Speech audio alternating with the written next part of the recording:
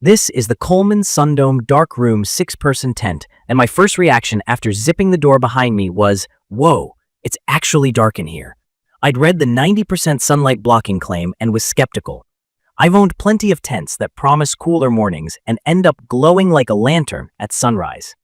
In this one, I reached for a headlamp at noon because my eyes needed a few seconds to adjust. That set the tone for the rest of my time with it. A tent that nails its headline feature, but asks you to accept some trade-offs. The key features that stood out to me are the dark room fabric, the classic 10 by 10 foot floor, the 6-foot peak height, and a quick setup that doesn't make you grumpy before dinner.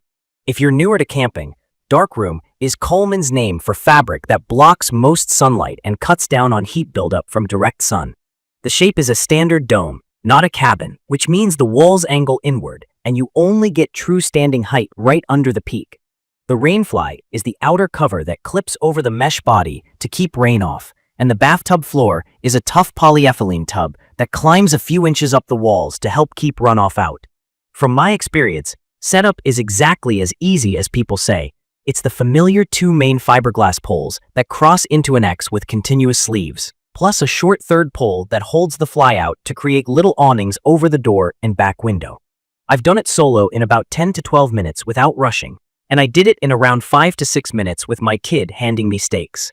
The quarter pin and ring system is simple, and the fly buckles on without fiddling. The carry bag matters more than you'd think. This one has an expandable rip panel, so you don't have to fold the tent like a map to make it fit. After a damp takedown, that saved me a bit of cursing. The floor space is generous, and the main reason I picked the 6-person size. 2 queen air beds do fit wall to wall, or 1 queen plus a big open lane for duffels and a dog.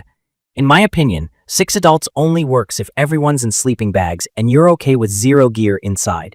Realistically, I've been happiest with 3 or 4 people plus bags. I'm just under 6 feet and can stand straight in the middle, but once I take a step toward the door, my head hits mesh. That's the dome trade-off. If you want a big living room vibe, a vertical walled cabin tent does that better, but it won't be as quick to pitch. Let's talk about the dark room fabric on hot days. I tested on a sunny weekend, and the interior did feel cooler than a regular light-colored tent at lunchtime. It wasn't air-conditioned, but I could lie on an air mattress without feeling baked. The real win was sleep. I woke up at 7:30, saw night in front of my eyes, rolled over, and slept another hour. If you camp with kids, this helps with early bedtimes and naps because the tent doesn't light up like a lantern at 6 p.m. There's a catch, and it shows up when the fly is on and the weather is warm and wet. Ventilation without the fly is great. The body has big mesh panels on both sides. There are 2 sizable windows and a ground vent that scoops air in. With the fly on, airflow is just okay, and with humid rain it can feel stuffy. Darkroom fabric and a partial fly aren't very breathable, so body heat and moisture hang around. I had one muggy night where I cracked the door zipper, just a hair under the fly awning, to help cross-vent, and that made it livable. But it's a balancing act. Rain performance is where I hit mixed results. Light rain and quick showers? No issues. The tub floor is tough, and the welded corners are solid. On a longer storm, with steady wind, I did get seepage along the lower wall seams, especially at a back corner. For anyone new to tents, Coleman uses inverted seams on the body. Stitches are tucked away, but they're not taped like the seams on the fly. With a partial fly that stops halfway down, water runs off the fly, hits the exposed lower wall, and can push through those body seams when things saturate. That's exactly what I saw. Damp lines tracing the seam above the floor, and a little puddle in the corner by morning. After that trip, I took a bottle of seam sealer and treated the lower body seams and corners. Next rain, I stayed dry. If you camp where storms are common, I'd also spray a light DWR refresh on the fly and bring a small tarp to pitch as an extra awning. It's not glamorous, but it works. Wind is another area where expectations should match the price.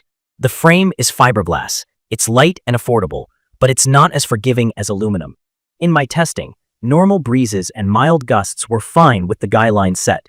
In one exposed site, with 20 to 25 miles per hour gusts, one pole developed a split at an end ferrule. I used a repair sleeve and finished the weekend, but it was a reminder not to leave this tent broadside to a gusty lake if a front is coming. Staking all guy points and adding a couple of beefier aftermarket stakes helps a lot. I also rotate the door slightly away from the wind so the fly awning isn't acting like a sail. Storage and livability inside are basic. You get 2 small pockets and a lantern loop. That's it. I tossed in a cheap gear loft and a hanging organizer, and it made a big difference. There's an E-port for a cable if you run power, helpful for fans or charging. I do miss a vestibule for muddy shoes. I used a small outdoor mat just under the door under the fly's little brow, which kept grit out of the sleeping area. It's perfect for car campers who want a fast pitch and the ability to actually sleep past sunrise. It's also great for families who need a dark, calmer space for kidnaps at the campground or a festival. If your usual trips are summer state parks with mostly clear forecasts, this nails the brief. If your trips often involve shoulder season storms or windy ridgelines, you'll want either a full coverage fly tent or to budget for seam sealing, extra guy lines, and possibly stronger poles. I'd recommend this for sleepers who are light sensitive, parents who value early bedtimes, and anyone who prioritizes quick setup and a roomy 10x10 floor over full storm protection. From my experience, a few low-cost tweaks transform it from fair weather only to fair weather plus passing storms. Seal the body seams, upgrade stakes, carry a pole repair sleeve, and use a tarp as a supplemental porch in rainy forecasts. In my opinion, the core story is simple. The dark room claim is real and worth it if sleep is your priority. The interior space is generous for hanging out on a queen airbed or giving kids a dim, quiet nook. The setup and takedown routine is painless enough that you won't dread moving camp. The compromises are also real. Partial fly, untaped body seams, and fiberglass poles mean it's not a tank in rough weather. Respect those limits and you'll likely be happy. Expect it to handle a weekend of sideways rain and gusts without prep, and you might come home with a damp corner and a taped pole. In conclusion, I like it for what it is, a comfortable, dark, easy family shelter for fair to moderate conditions. Treated with care and a little DIY sealing, it earns its keep on bright, hot days and lets me sleep later than any tent I've owned at this price. If that matches your camping style, it's a solid buy. Check the comments of this video for a link to see the current pricing of the Coleman Sundome Dark Room 6-person tent.